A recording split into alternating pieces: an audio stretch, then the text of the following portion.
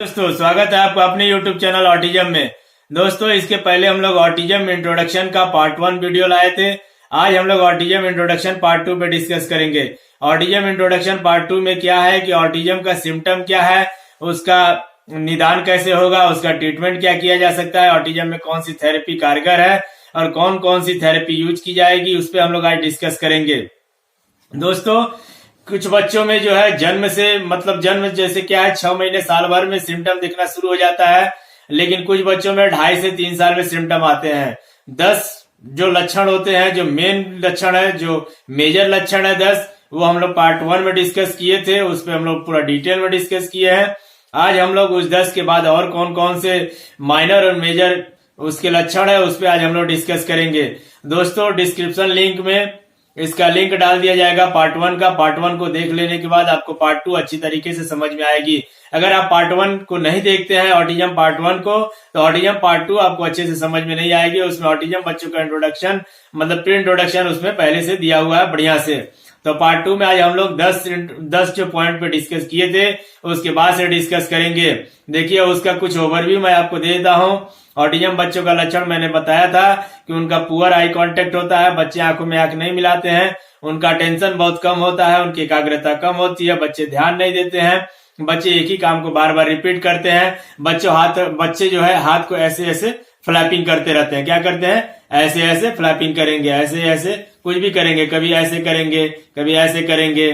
कुछ बच्चे ऐसे पूरा मुट्ठी ऐसे ऐसे बांध के करते हैं, ऐसे जो है मुट्ठी बांधेंगे, दांत को पूरा पीसेंगे, ऐसे मतलब कभी कभी कंटिन्यू करेंगे, कभी रुक रुक के करेंगे। तो मैं आपको प्रैक्टिकली भी दिखाऊंगा कि बच्चा कैसे करता है। जो श्लोक है, श्लोक भी करता है, अभी बहुत कम हो गया है, लगातार थेरेपी चल रही है श्लोक की लगभग 2-2.5 सालों से, तो श्लोक को बहुत ज्यादा उसमें इम्प्रूवमेंट दिख रहा है। श्लोक क्या है कि अभी जब उसका ब्रेन खाली रहता है तभी करता है। अगर श्लोक का ब्रेन जो है एंगेज है तब उसका ध्यान नहीं जाता है। तो इसी तरह मैं ये कहना चाहता हूं कि जो भी ऑटिस्टिक बच्चे हैं उनको एंगेज रखना है, उनको ब्रेन के एंगेज रखना है। तो उनको ब्रेन को एंगेज कैसे रखेंगे? तो उनके लिए जो बाजार में एक्टिविटीज मिलती है, ऑनलाइन एक्टिविटीज हम मंगा के इसी चैनल पर श्लोक का जो शॉर्ट वीडियो पड़ता है उस शॉर्ट वीडियो को जरूर देखिए। कई सारे शॉर्ट वीडियो अपलोड हुए हैं श्लोक के। श्लोक जो एक्टिविटी करता है, जो इसकी डेली रूटीन है, डेली रूटीन के अंदर जो एक्टिविटी करता है, चाहे वो बिट्स डालना हुआ या पजल सॉल्व करना, उसको जरूर देखिए।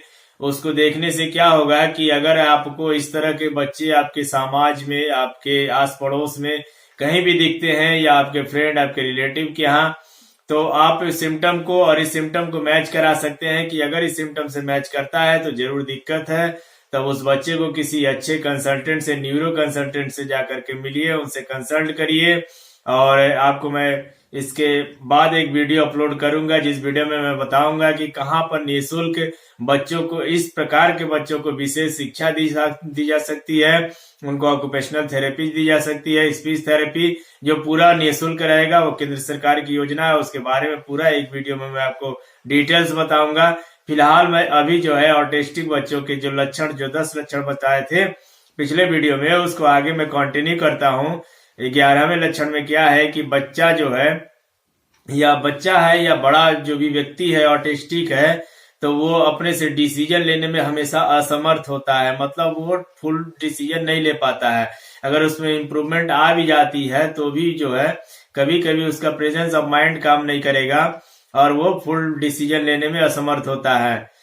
ऑटिस्टिक बच्चों का एक लक्षण ये भी है कि वे एक ही काम को बार बार दोहराते हैं, एक ही शब्द को बार बार दोहराते हैं। हालांकि उस शब्द का कोई सार्थक अर्थ नहीं होता है, लेकिन उस शब्द को बार बार रिपीट करते हैं। तो ये ध्यान देने बात है कि अगर ऐसा बच्चा दिखता है तो इस सिम्टम से आप देख सकते हैं, मैच करा सकते हैं। एक और उनका सिम्टम होता है बच्चों का, ऑटिस्टिक बच्चों का और हाइपर बच्चों का, वो नेल नहीं कटवाते हैं सही से। नेल कटवाने के लिए बहुत ज्यादा परेशानी होती है पेरेंट्स को। पेरेंट्स उनका नेल काटने में बहुत परेशान होते हैं, वो हाथ को खींच लेते हैं, वो इधर उधर भागते हैं, उनको पकड़ के नेल काटना रहता है जो कि बड़ा रिस्की होता है। तो आगे आप शॉर्ट्स वीडियो में चाहे लॉन्ग वीडियो में आपको देखने को मिलेगा कि ऑटिस्टिक बच्चों का नेल कैसे काटा जाता है। और उनका एक लक्षण ये भी है कि वो बाल कटवाने में भी दिक्कत करते हैं। सैलून में जाते तो हैं लेकिन सैलून से भागने लगते हैं, वहां चेयर पे बैठना ही नहीं चाहते हैं। तो ऐसे बच्चों का बाल कैसे कटेगा, एक बहुत बड़ी प्रॉब्लम होती है ऑटिस्टिक बच्चों के पेरेंट्स के लिए।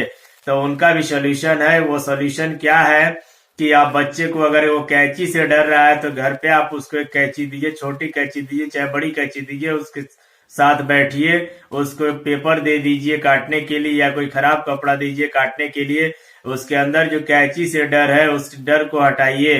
अपने घर पे एक ट्रिमर खरीद लीजिए, ट्रिमर से आप दाढ़ी शेविंग करिए या वैसे ही बटन दबा के जो वाइब्रेशन होता है उससे उसको टच कराइए कि अगर ट्रिमर से जो वाइब्रेशन हो रहा है उसको अगर जो सैलून वाला है हेयर ड्रेसर वो अगर उनका बाल ड्रेसिंग कर रहा है तो उनको कोई प्रॉब्लम ना हो, उसकी उनको आदत पड़े धीरे धीरे। बच्चों का एक सिम्टम ये भी है कि तेज आवाज से वो डरते हैं। कभी शादी ब्याह में किसी फंक्शन पार्टी में वो जाते हैं और वहाँ डीजे की आवाज तेज चलती है तो उससे वो डर जाते हैं, उस पार्टी को छोड़ के भागने लगते हैं। तो उनको पेरेंट्स जो है बहुत परेशान होते हैं उनको मैनेज करने में।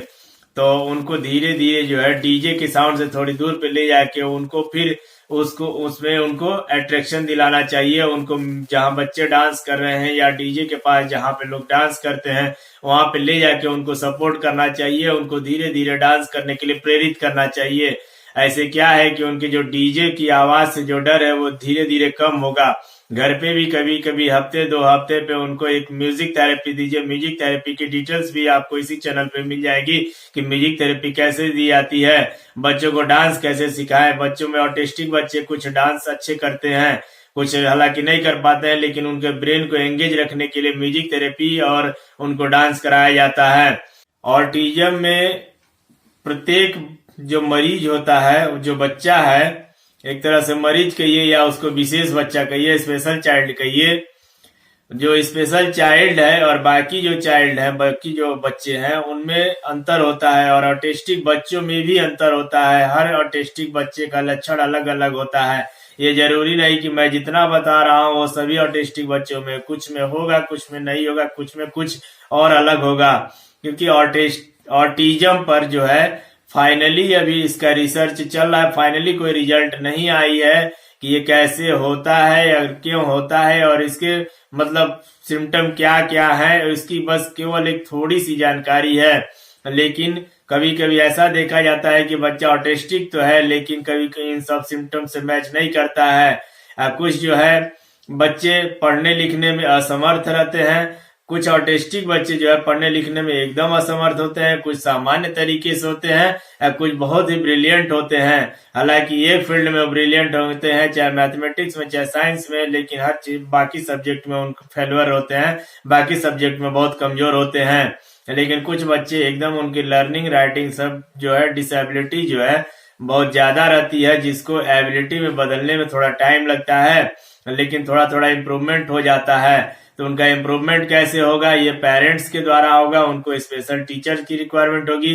अगर स्पेशल टीचर नहीं मिल रहा है, अगर टीचर जो नॉर्मल टीचर अगर वही देख रहे हैं तो उनको ये मैनेज करना आना चाहिए, या पेरेंट्स को बताना पड़ेगा या किसी डॉक्टर से भी उनको भी काउंसलिंग करानी पड़ेगी कि उनको ऑटिज्म के बच्चों को कैसे ट्रीट करना है, कैसे उनको पढ़ाना है, कैसे उनको विशेष शिक्षा देना है।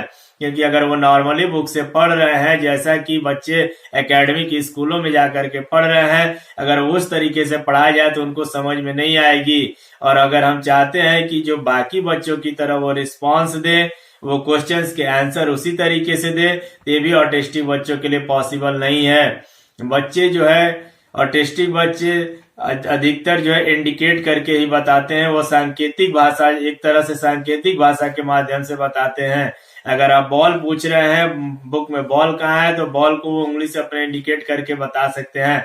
कुछ बच्चे जो बोलते हैं ऑटिज्म में, कुछ बच्चे नहीं बोलते हैं, जो बोलते हैं वो उस चीज को बार बार रिपीट करके बता सकते हैं, या किसी मतलब एक रोबोट के टाइप का बताएंगे, जो कि वो टीचर को समझना पड़ेगा कि बच्चा क्या कह रहा है।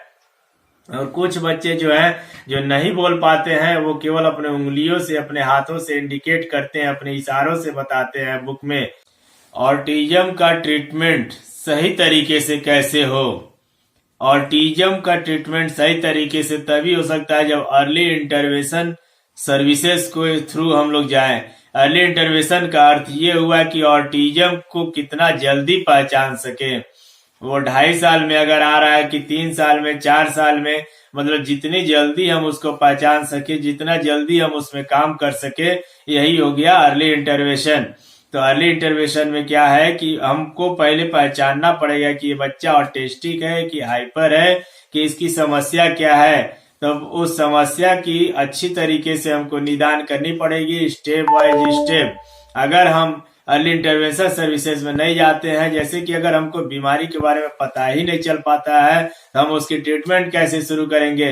तो इसके लिए जो है, जो मैं बता रहा हूं, अगर इस तरह की सिम्टम आपको दिख रही है किसी भी बच्चे में, तो आप तुरंत जो है उसको बच्चों के डॉक्टर के पास ना ले जाके किसी अच्छे न्यूरो कंसल्टेंट के पास ले जाएं, और उस कंसल्टेंट से आप खुल के क्वेश्चन करिए क्या वो इस प्रकार के बच्चों का पहले ट्रीटमेंट किए हैं कि नहीं किए हैं। अगर हाँ किए हैं तो वो डायग्नोसिस करें कि वो क्या है, बच्चे को कौन सी डिजीज है और कौन सी ऑटिज्म है। जैसे ऑटिज्म 3 टाइप्स के होते हैं, माइल्ड ऑटिज्म है, मॉडरेट ऑटिज्म है और सेवियर ऑटिज्म है। तो तीनों ऑटिज्म में कौन सी डिग्री है ये कैसे पता चलेगा। या तो वो आईक्यू टेस्ट करे बच्चे का, आईक्यू टेस्ट में जो उनकी रैंक आती है, जो उनकी स्कोर आती है, उसी पे ये डिसाइड होता है कि बच्चे को कौन सा ऑटिज्म है, और बच्चा नॉर्मल की श्रेणी में है कि बच्चे ऑटिस्टिक की श्रेणी में है, कि बच्चा मेंटल रिटार्डेशन की श्रेणी में है।